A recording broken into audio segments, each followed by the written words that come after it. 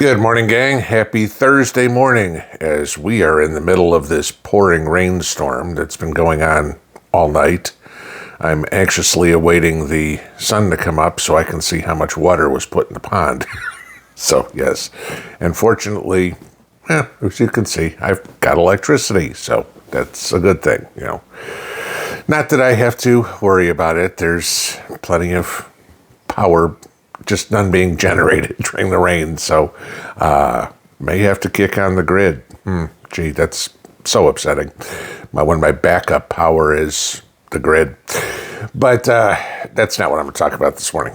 So, are you ready for the next fight for the government handouts? Now, this video may apply to a good portion of this community for the simple reason most of us have a tendency to be a little bit older, okay?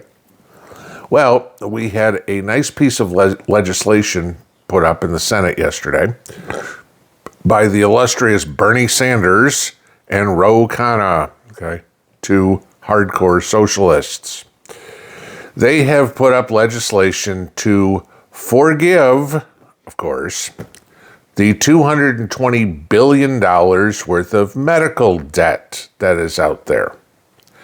And I know some people may go, cool, all right, I get it. But I want you to remember this. It's not just that like they take an eraser to the ledger and go, this doesn't exist anymore. Somebody got to pay for it somehow, okay? And so what will inevitably happen with this is if this passes and they reduce the debt, is medical costs will go up because the hospitals need to get their money somehow. And I'm going to get into it, before you go crazy on this, I'll explain something. Doctors need to get paid, nurses need to get paid, the admin staff needs to get paid, the custodian needs to get paid, the taxes on the hospital need to get paid, et cetera, et cetera. Okay, so they got bills they got to pay, okay? Otherwise, there is no hospital. And we all know that hospitals have been closing throughout the country, making medical care even harder to get, okay?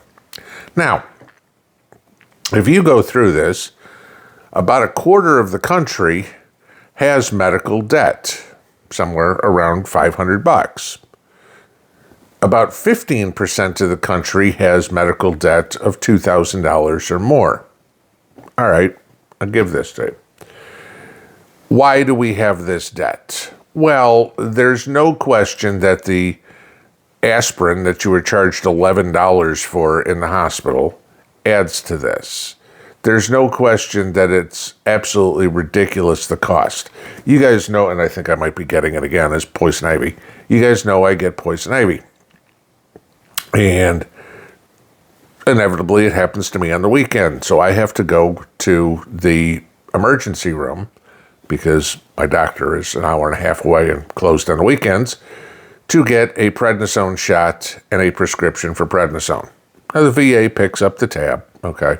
Sorry if you don't think that's right, but personally I think the vets earned that, okay? But the bill for me going to the ER to get a prednisone shot in my butt and a prescription written is $670 or $680 or something like that, okay? And of course the bill comes and I send it to the VA and the VA takes care of it and that's that. But there's the problem. The reason we have this medical debt is because of the costs that are there. Now, no, I'm not saying that doctors should now be minimum wage employees or something like that. The problem we have that needs to be addressed in this, again, thinking past the tip of your nose, okay, is tort reform. And if they want to clean up some of this medical debt, which I'm not against, okay, I'm just against the way they're doing it, is to make medical treatment more affordable. No more $11 aspirins. And why do we have the $11 aspirin? Well, it's pretty simple. The hospital's got to pay all their bills. The biggest one being the frivolous lawsuits that are brought against hospitals and doctors and their malpractice insurance, et cetera, et cetera, et cetera. I mean, you ask some doctors, they will say that their medical malpractice insurance is equal to half or better of their salary. That's crazy. There's $220 billion worth of outstanding medical debt. And annually, hospitals pay out $865 billion a year in insurance payments. That money's got to come from somewhere. And so where it comes from is, gee, it's $11 for an aspirin, $4 for a glass of water, $2,000, I'm making this number up, $2,000 a night to stay in the hospital. I mean, go have a baby and see how fast, you used to stay in the hospital for a few days. Now it's drop the baby, everything's good, get out, because it's not that they necessarily need the bed, which in some cases they do, okay, but they know that the insurance companies are only going to pay for 72 hours in the hospital or whatever it would be. And again, I'm just saying it's short. I haven't been in a hospital for a birth in 25 years. Okay. Don't quote me on that stuff. I know everybody likes to nitpick when I go into things like that. These are examples. This is just making a point. Now, certainly there are stories of malpractice that need to be compensated for.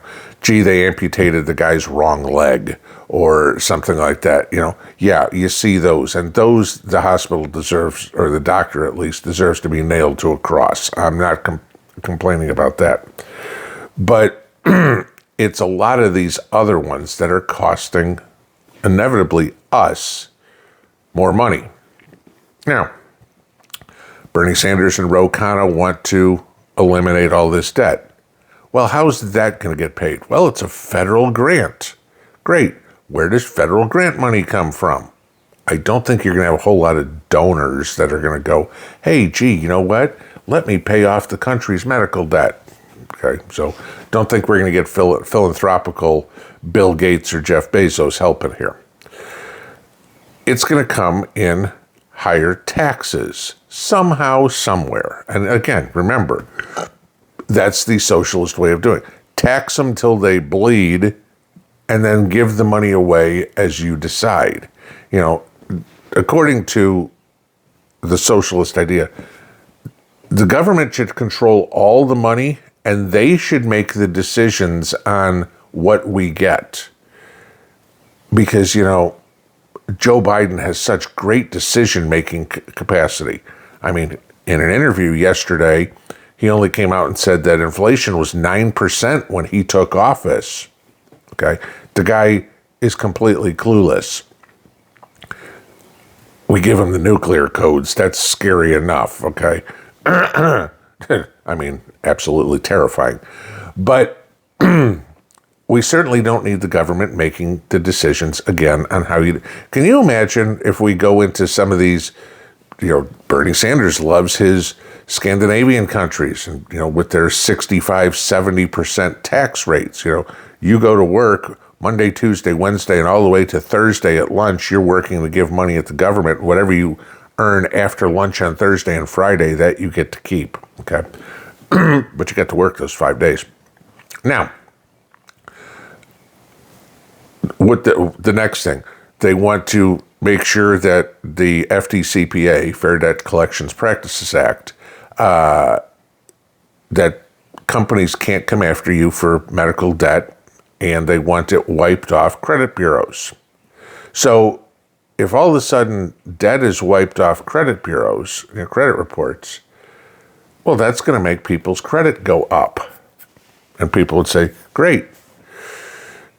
Except why do we want to give people with bill paying problems better creditability? Didn't we have a problem like that in, 2008? and it caused a complete crash to the housing market because we had all the foreclosures. And I know what they'll come up and say is, well, it's just medical debt. It's not going to cause a crash to the housing market. Really? So let's say somebody's credit score was, 580, and you wipe off all their credit, their medical debt off their credit bureaus. Now their credit score is 620, 630 maybe. All of a sudden now they qualify for an FHA loan, or they qualify for a credit card, or pick something, and then default on that. These are the things they never think of. It sounds great. They're campaign promises. Hey, and you know what they're going after with this one. They're going after, the boomers, the greatest generation, maybe some of my generation, Gen X, who has medical debt. As you get older, you have a tendency to incur more medical debt than when you do when you're younger. For the most part, okay, yes, there are young people that wind up having medical debt. I get it, okay? But if you lump everybody together, as you get older, you incur more medical debt. So this is a campaign pitch, that's all it is, to see if they can snooker people into the older generations to voting Democrat. Hey, you know what? Roe or Bernie will get rid of my medical debt. Maybe I should vote them in. They're actually doing something for us. Yeah, they're bending you over up against the wall and preparing to insert foreign object here, okay? That is what's going on. Take a look at this. Do not think that this is something beneficial. There's other things that need to be fixed to prevent the problem of incurring medical debt. The cost would be one of them. Obamacare did not do anything to help it. What is it? The average person's insurance under the ACA across the country went up 400% or something, I think it was, thereabouts. Y'all remember what your insurance was 20 years ago. You maybe paid $200 a month and you had a $3,000 deductible. Now you're paying $200 a month per person in the family and you've got a $20,000 deductible. But hey, we made it affordable.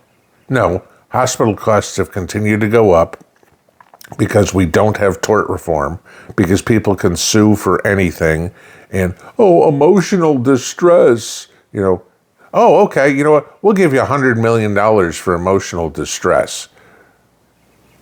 Good. Why don't you let all the Jews in New York sue for emotional distress against all these Palestinian protesters right now? Right? Okay. Take a look at some of this stuff. We have to pay attention to this. It sounds great. They give you this much of the iceberg. The rest of it's all underwater with the stuff they don't tell you about, okay? The first question when anybody talks about a government handout should always be, where's the money going to come from? And when you hear the blah, blah, blah, blah, blah, blah, out of these politicians, that's when you know they're full of shit. They're not trying to help you. As per normal, they are only after one thing, their own power. It has nothing to do with helping you. It has everything to do with snowing you so you think you're going to get something and you don't. Look at this student loan forgiveness fiasco that Biden had. The Supreme Court's ruled it unconstitutional, and Biden keeps doing end-around runs, so the Supreme Court's got to go back to him and go, Joe, we already told you 4 times you can't do this. Okay. This is the problem. Bad little boy, go stand in a corner. It's time to pull the switch out in the backyard and beat the living crap out of these Democrats because they keep trying to give away your money. Notice how none of them are volunteering, saying, you know what? Out of the goodness of my heart, I'm going to donate $1 million to Washington, D.C.'s medical bills. You know how people go into Walmart at Christmas time and pay off everybody who's got layaway on stuff? Let's see Bernie sell one of his houses. Maybe he could knock out 0.5% of the outstanding medical bills in the country. Think he'd do that? No, because his idea is to take your money, not to give you more of it. Pinball out.